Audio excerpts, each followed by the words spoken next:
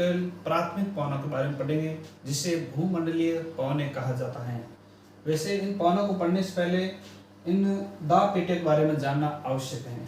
सबसे पहले विषुवतीय निम्न दाब पेटी, जो 10 डिग्री उत्तरी ध्रुव से लेकर 10 डिग्री दक्षिण ध्रुव के मध्य होती है, यहाँ लो प्रेशर रहता है। फिर है 30 डिग्री से लेकर 35 डिग्री के मध्य उपोष्ण कटिबंधीय उच्च दाब पेटी, अर्थात यहाँ पर हाई प्रेशर। फिर 60 डिग्री से लेकर 65 डिग्री के मध्य उपध्रुवीय निम्न दाब पेटी, यहाँ रहेगा लो प्रेशर। और 75 डिग्री से लेकर 90 डिग्री के मध्य ध्रुवीय उच्च दाब पेटी, अर्थात यहाँ पर रहेगा हाई प्रेशर। ये उत्तरी ध्रुव है, इसी प्रकार उधर दक्षिण ध्रुव में भी ये दाब पेटियां रहेगी। इन दाब पेटियों की वजह से पवनें चलते हैं। तो आज हम बात करने वाले हैं भूमंडलीय पवनों की बात। तो भूमंडलीय पवनें 4 प्रकार की होती हैं, और सबसे पहला प्रकार है आपके विषुवतीय पछुआ पवन। विषुवतीय पछुआ पवन अर्थात जो इन विषुवतीय निम्न दाब पेटी में जो हवा चलती है, जिसकी दिशा पश्चिम से पूर्व की तरफ रहती है, सबसे कम विचलन होता है इसका, और कोरियोलिस बल का प्रभाव यहाँ पर शून्य रहता है। तो यहाँ से केवल यही प्रश्न पूछे जाएंगे कि विषुवतीय पछुआ पवन कहाँ चलती है? विषुवतीय निम्न दाब पेटी में, अर्थात 10 डिग्री एन से लेकर 10 डिग्री एस के मध्य, दक्षिण ध्रुव के मध्य चलेगी। और यहाँ पर विचलन सबसे कम रहेगा, विचलन यहाँ पर शून्य रहेगा, अर्थात कोरियोलिस बल का प्रभाव, कोरियोलिस जो बल है उसका प्रभाव यहाँ पर शून्य रहेगा। केवल 2 सवाल यहाँ से बनेंगे। दूसरी जो भूमंडलीय पवन है उसका नाम है आपके जो उपोष्ण कटिबंधीय उच्च दाब पेटी से लेकर विषुवतीय निम्न दाब पेटी के मध्य चलेगी, क्योंकि यहाँ पर क्या हाई प्रेशर, यहाँ लो प्रेशर। इन पवनों के मध्य इस यहाँ पर जो पवनें चलेगी उनको कहेंगे आपके व्यापारिक पवनें, ट्रेड पवनें भी कहते हैं यहाँ पर व्यापारिक पवनें। कहाँ पर चलेगी? उपोष्ण कटिबंधीय उच्च दाब से विषुवतीय निम्न दाब पेटी की ओर चलेगी, क्योंकि यहाँ पर है हाई प्रेशर, यहाँ पर है लो प्रेशर। और फेरेल के नियम के अनुसार इन पवनों की दिशा उत्तरी ध्रुव में ये रहेगी और दक्षिण ध्रुव में इनके विपरीत, क्योंकि फेरेल का नियम कहते हैं कि उत्तरी ध्रुव में पवनें अपने दाईं तरफ मुड़कर चलती हैं और दक्षिण ध्रुव में बाईं तरफ मुड़कर चलती हैं। उत्तरी ध्रुव में इन पवनों को कहते हैं नेट, क्या कहते हैं? नेट। और दक्षिण ध्रुव में इन पवनों को कहते हैं सेट पवनें। ठीक है।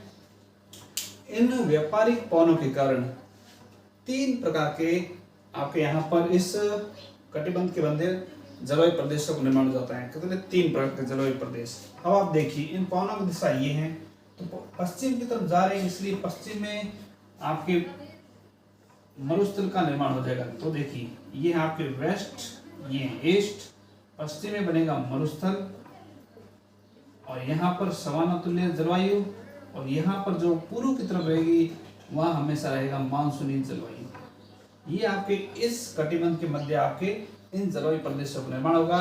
किनके कारण होगा?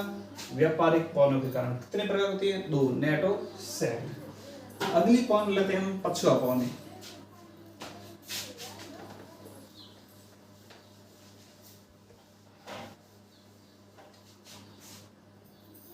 नेक्स्ट पवन है पछुआ पवन। पछुआ पवन यहां से काफी सवाल पूछे जाते हैं। पछुआ पवन किस कटिबंध में चलेगी? ये देखिए उपोष्ण कटिबंधीय हाई प्रेशर यहाँ पर, और ये है उपद्रवीय निम्न दाब पेटी लो प्रेशर है। तो इनके मध्य जो पवनें चलेगी इन 2 पेटियों के मध्य, उससे कहते हैं पछुआ पवन। ये आपके यहाँ पर फेरेल के नियम के अनुसार चलेगी यहाँ पर। तो पछुआ पवन इन 2 पेटियों के मध्य चलेगी, और इन पछुआ पवन के कई नाम है। देखिए ये 35 डिग्री से लेकर 60 डिग्री है, तो यहाँ पर इन डिग्री के हिसाब से इनके प्रकार हैं आपके। 40 डिग्री पर जो पवन चलती है पछुआ पवन, उसका अलग नाम है, 50 डिग्री पर अलग नाम है, और 60 डिग्री पर।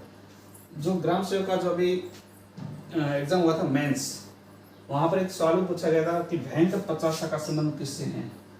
भयंकर 50 का संबंध किस पवन से है? वो है पछुआ पवन से। तो इसी का नाम है भयंकर 50। और 40 का है चीकता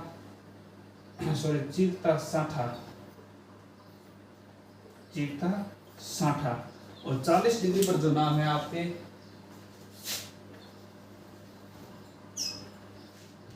उन पवनों को कहते हैं आपके दहाड़ता दहाड़ता चालीसा।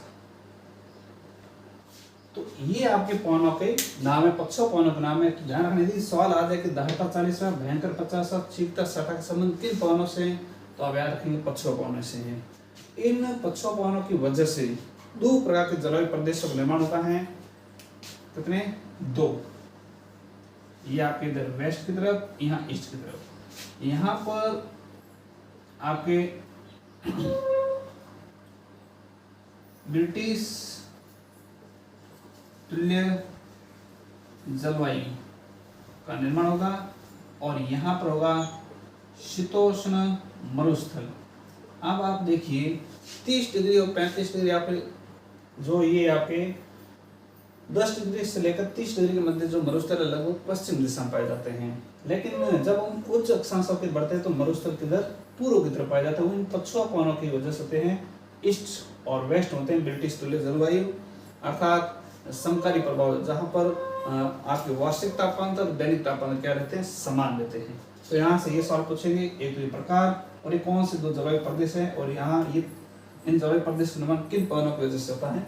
पक्षों पवनों की। लास्ट जो पवने हैं वो है आपके ध्रुवीय पूर्वा पवने। अंतिम